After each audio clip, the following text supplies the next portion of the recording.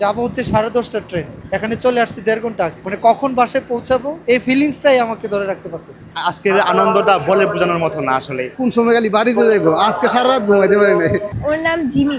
ও খুবই শান্ত বিড়াল, ওকে নিয়ে আহামরি কোনো ঝামেলা পোহাতে হয় না।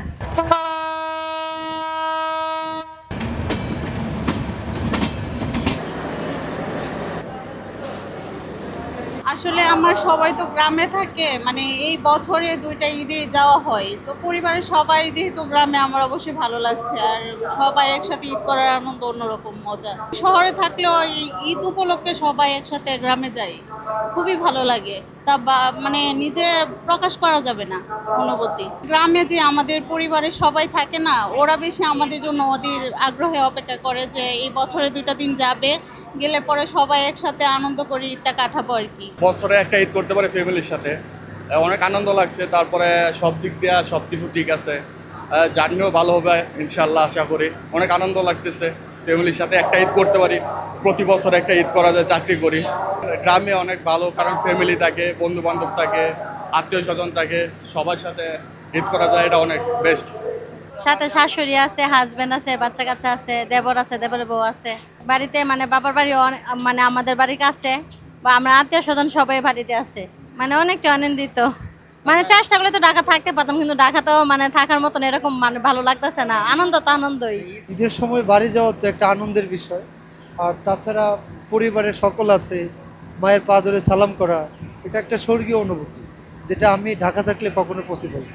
আরেকটা জিনিস হচ্ছে যে আমাদের ফ্যামিলির যে সদস্যরা আছে, কেউ বিদেশ থাকে, বিদেশ থেকে আসছে, কিছু ফ্রেন্ডের সাথে 10 বছর পরে দেখা হবে, এই যে একটা অনুভূতি, এটা আসলে কোনো ধরনের ভাষা দিয়ে প্রকাশ করার মতো না।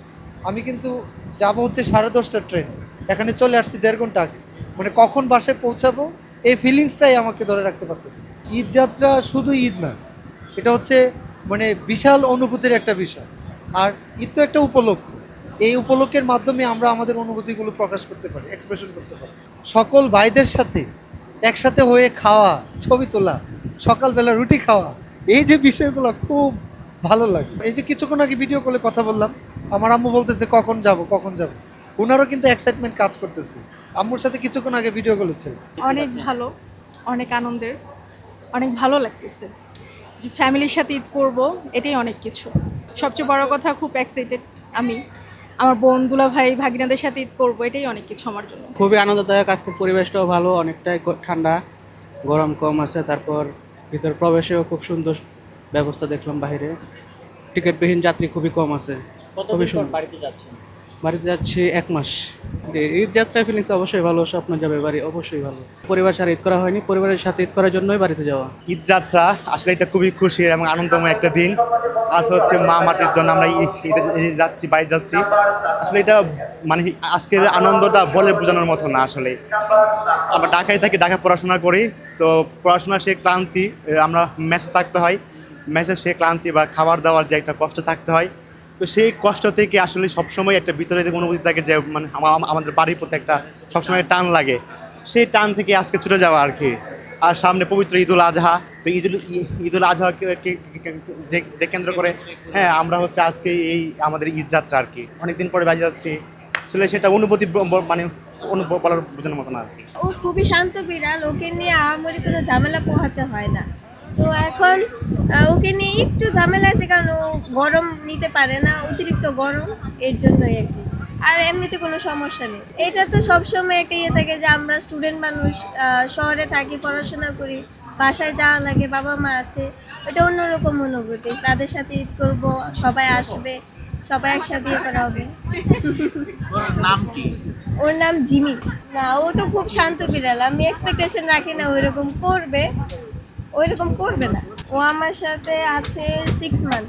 ভাই এক্সাইটেড, মানে 1 সপ্তাহ আগে থেকে মনে করেন যে প্রতিটা সেকেন্ড যাইতেছে, মানে যাওয়ার চেষ্টা করতেছে না।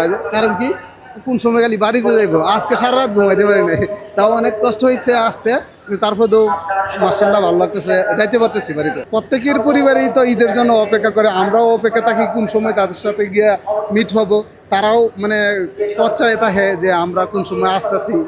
আলহামদুলিল্লাহ এই অবস্থায় আছে। না, ঢাকা করা হয় নাই, কারণ কি নারী টানে যেতে হয়। কোরবানিটা সবার একটা এক্সাইটেড থাকে যে আমরা প্রতি বছরই এই কোরবানিটা দিতে হয়। যতই কাজে ব্যস্ততা থাকি রাজধানী শহরে, কিন্তু কোরবানির জন্য গ্রামের বাড়িতে গেলে কি হয় যে অনেক পুরাতন আত্মীয় স্বজন বন্ধু বান্ধব সবার সাথে দেখা হয়। এটা আলাদা একটা ফিলিংস আর কি বলা যায়। এই উপলক্ষে অনেক কষ্ট জার্নিটা, তারপরও সবারই চাহিদা, এক্সাইটেড হয়ে আছে। ওর বন্ধু বান্ধব কয়েকজন, আমার ভাতিজা আছে কত গ্রামে 3 জন, ওদের খুব বন্ধুত্ব, যায় গেলে আনন্দ করে।